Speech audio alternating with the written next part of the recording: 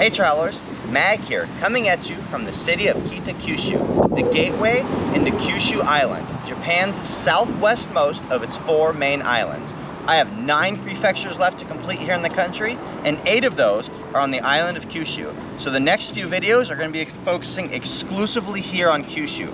For today, we are only going to be exploring Fukuoka Prefecture. We'll spend our morning here in the city of Kitakyushu, make our way up to the castle of Kokura, and then in the afternoon, we're going to take an hour drive over to Fukuoka. We'll explore the castle ruins there and have a good time of it. We've got great targets picked out in both locations, but what we don't have is a lot of daylight. So let's get out there and see what both cities have in store for us on Fukuoka Prefecture. Come on, let's go. About an hour east of Fukuoka, the capital city of Fukuoka Prefecture, Kitakyushu is the most northern city on Kyushu Island, and its name literally translates as just that, Kyushu's northern city. With nearly 1 million people living here, it is a very busy place with a lot to see and do. Our journey begins right in the middle of the city in Katsuyama Park, a well-known symbol of Kitakyushu. In addition to Kokura Castle, which we'll be visiting shortly, this park also offers easy access to Matsumoto Seicho Memorial Museum, the Literature Museum, and the Central Public Library. I decided to start here as it's the hiding place for a traditional just around the corner from the Peace Museum. However, I was not able to locate it. Nevertheless, it still proved to be the right place to start though, as I was able to find several objects of interest and a killer playground.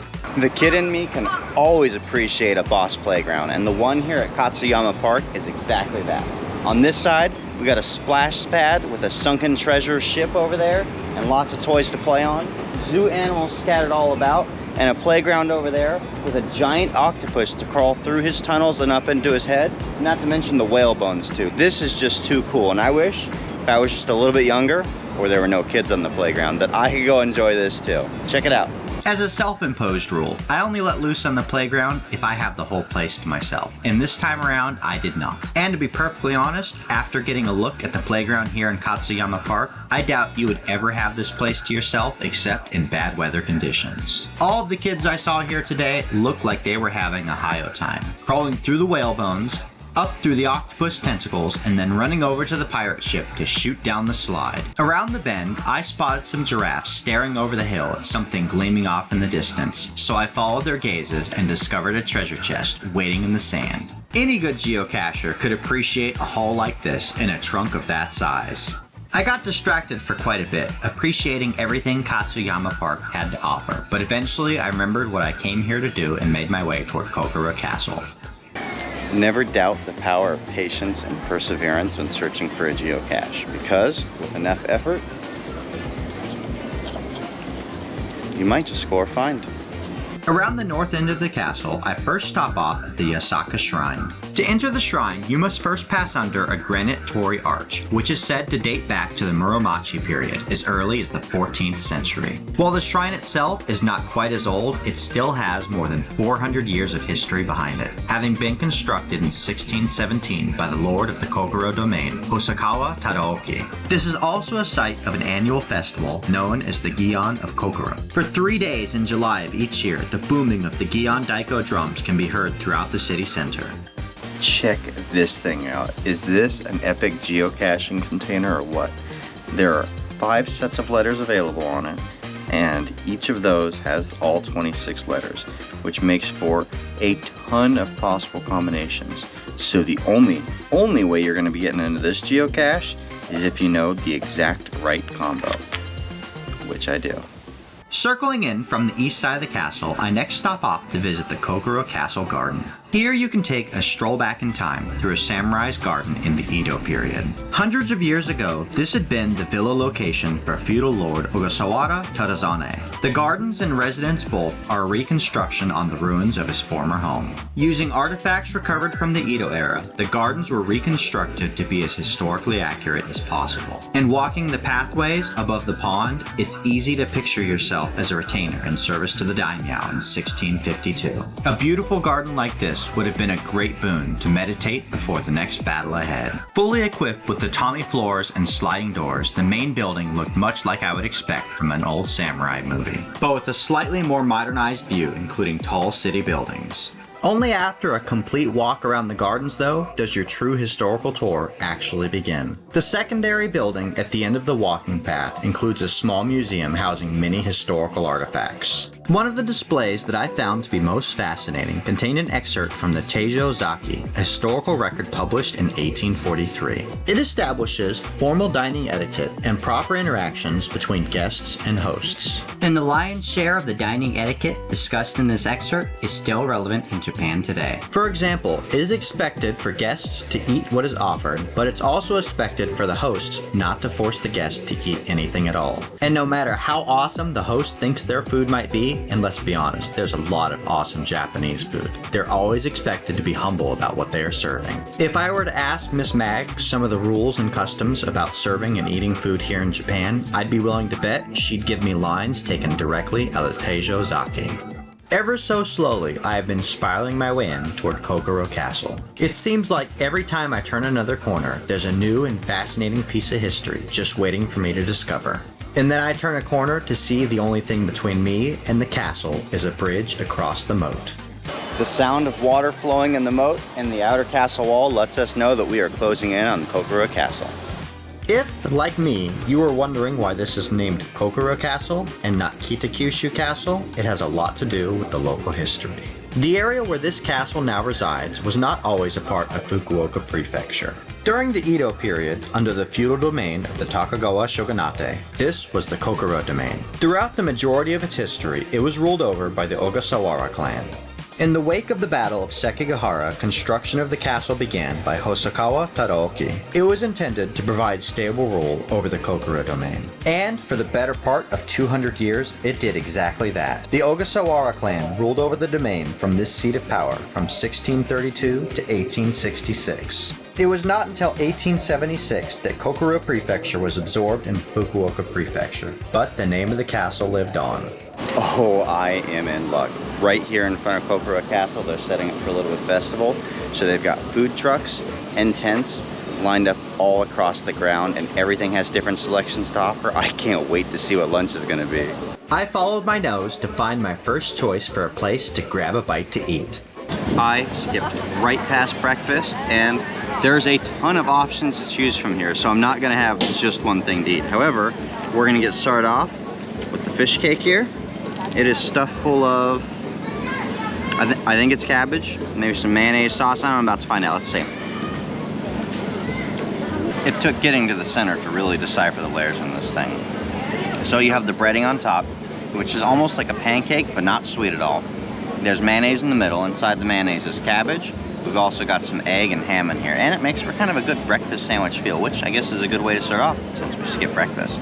Next up, coming off the line, we have tonkatsu ramen. The chef is up here working very hard, slamming these bowls out. Tons of people that are here, and I'm very excited to give this one a try. Now we're going to try this tonkatsu ramen and see if it's as good as I hope it's going to be. Usually ramen does not disappoint.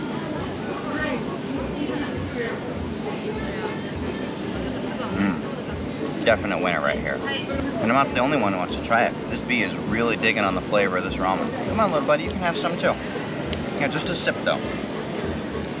He's not a very big body. I don't think he's gonna take very much. Delicious. Every bite. But there's still more food over there to try, and so I'm gonna have at least one or two more things. Third up on the list, we have a saba sando, and it's very hot. It's almost burning my hand. So I'm gonna give this a minute to cool off and go look at some of the other foods, but oh, it smells good. I made my rounds, checked out all the food options here, and it's times like these I actually wish I had a bigger stomach, because I could sample everything here and have a great time of it.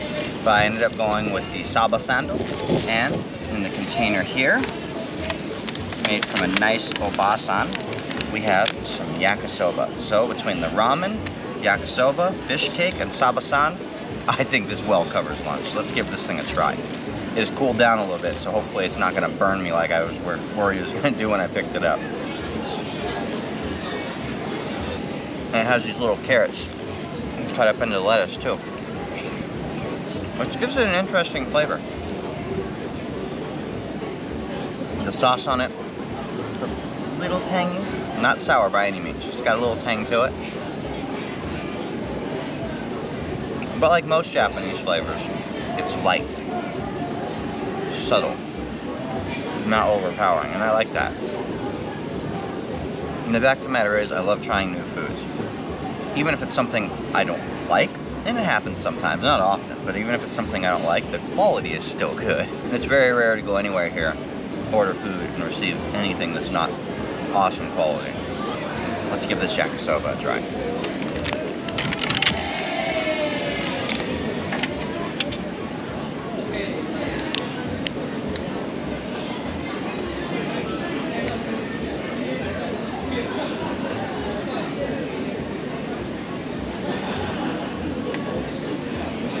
It's sweeter than I expected. I'm not used to getting any sweetness with yakisoba. But that's also offset by the garnish. Pretty heavy on the top here. Brings it back down to level again. Finally, with a full belly, I'm ready to take my first steps into Kokura Castle. Construction of this castle began just a couple of years after the Battle of Sekigahara in 1602 and was completed by 1608. The original castle was unfortunately brought down by a fire in 1837, but then partially rebuilt in 1839. It was then purposefully burnt down again in 1866 by retreating Kokura troops to prevent it from falling into the hands of the Kyushu clan. Although the main keep was reconstructed in 1959, the castle was not fully restored until 1990. It then underwent major renovations in that same decade, seeing the opening of the Matsumoto Seicho Memorial Museum and the Castle Gardens in 1998. Unlike many of the other reconstructed castles we have already visited around Japan, Kokura Castle is not faithful to the original design, nor was it intended to be. The original castle that had once stood here was actually quite simplistic. The reconstruction, however, is considered to be a much more elaborate and aesthetically pleasing design. Each floor has something a little different in store for those willing to traverse the corridors. A significant portion of the first floor is dedicated to the Kokura Castle Theater. There, visitors are welcome to the castle with a 10-minute video discussing the 400 years of history that this castle has seen. The second floor is dedicated to the history and culture of both the Hosokawa and the Ogasawara clans. On the third floor, you will learn about world-famous samurai Miyamoto Musashi and Sasaki Kojiro, a master swordsman of the Kokura clan who fought in the historical battle of Ganryujima in 1612. The duel between these two master swordsmen took place on the morning of April 13th. They had both agreed to meet on this small island on the Kanman Straits, just off the coast of Shimonoseki for their duel. Kojiro stood ready for the duel at the appointed time, but seemingly in a sign of disrespect, it would be a full 2 hours later until Musashi finally rode up in his boat. In his anger at having been made to wait, Kojiro drew his sword and haughtily cast his scabbard away into the sea. In that moment, Musashi proclaimed his victory over Kojiro. "You've already lost," he taunted. "If you had a chance at winning, you would need your scabbard again later." Kojiro then charged in at Musashi, who calmly strode toward him out of the water onto the beach. In a single move, Musashi struck Kojiro down. But it is said, in the next moment, his headband fell away, Kojiro's cut nearly taking his life. The striking scene of this famous battle is captured in many places around the castle, including the statue right outside the front doors. It also got me all fired up to finish this tour of the castle and begin our tour of Kitakyushu. This was a great tour of Kokura Castle. Really enjoyed getting all the way up to the top. Unfortunately, there's no outside view, so you're stuck in that room up top. It was one of the only castles I've been in where they're serving coffee in the upstairs room. Never seen that before. Now it's time to go out in the city and go find some geocaches.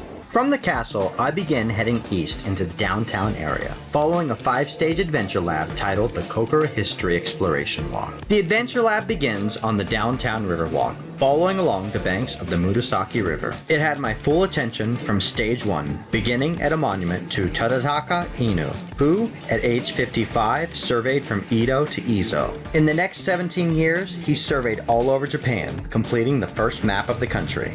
Thank goodness for phone booths, because I can so often count on them to help me feel like a little bit of a geocaching superhero. It is said that in Tadataka Inu's journey around Japan to completely survey the country, he took over 40 million steps, which is one full rotation around the Earth. I may have already seen a great deal of the country, but I've done a lot of that by car. I've got a long way to go to catch up. When I'm out on an adventure like this by myself, I do like walking through these shopping districts. It's always fun to look at the different kinds of stores, whether it's clothing, convenience store, groceries, snacks, restaurants, desserts, but that's all it is for me. It's just a pass through to move from one location to the next and enjoy the sights along the way. When I travel with Miss Mag though, as soon as we hit a shopping district like this, you can usually tell because of the covered skyway, that's about it. It's a done deal. We end up spending several hours in the shopping district, and that's usually the rest of the day, which is fine. She loves it, she enjoys it, and I gotta admit, I can see the appeal from her perspective to have all these options in every direction like this. But for me, there's more geocaches to be found. Between stages 2 and 3 of the Adventure Lab, I make a short detour to visit Kokura Station. Here in front of this busy station is a taiko statue paying homage to the annual festival that takes place here in the city. I knew in advance that I would find the statue here because it is host to a geocache. It was disguised a bit too well for me to see though, so I only ended up finding the statue. Geocaching in Kitakyushu around Kokura Castle has actually proved to be quite challenging. Several of the ground zeros I've tried to access, I had to find out once I got there that they were closed for construction projects. And of the few that I have been able to access, I haven't had much luck making the finds. So I think I'm gonna take the hint. We're gonna head down the road and see what Fukuoka has in store for us instead. Before leaving the city altogether though, there was just one more stop that I absolutely had to make. Round and round and round and round we go. But eventually, with some luck,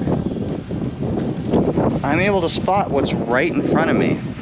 Maybe I'm just not on the game today, or maybe this was camouflaged really well. Look at the way that rust coloring blends in really well. That rust coloring right there. It's actually a pretty good camo job, isn't it?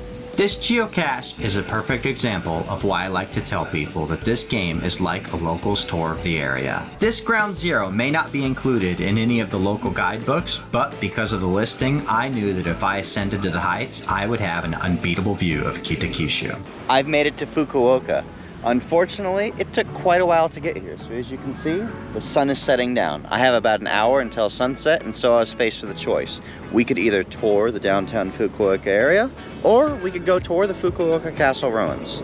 I only have time for one, and I chose the castle ruins because that's always going to win out over a city for me. So let's walk in there and see what it looks like. Fukuoka Castle once stood on the plot of land now known as Maizuru Park. It is located just a short distance west of the downtown area of Fukuoka and is a well-known spot to come view cherry blossoms in the spring season. I'm happy to be here now though when it's far less crowded. This comes as absolutely no surprise to me. I had every expectation the only way I was going to reach this castle, it's the only way to reach any castle ever anywhere in this country, is to climb the stairs. So here we go. Up, up, and up. Construction of the castle that once stood here on these ruins began in 1601, just a year after the Battle of Sekigahara. For his contributions during the battle, Kurudo Nagamasa received a huge reward in the form of land. He made good use of his spoils of war, selecting the Fukusaki Hill as the new site for his castle to be constructed. I've got to be honest with you though, this is already significantly more than I expected to find. When I hear castle ruins and I see ruins marked on the map, I don't picture a functional building. It's a very pleasant surprise. The castle was abandoned in 1871 with the abolition of the Han system during the Meiji era. The vast majority of the castle's buildings were taken down or moved to other locations, but several of its gates, towers, and turrets, known as yagures, are still preserved within the park.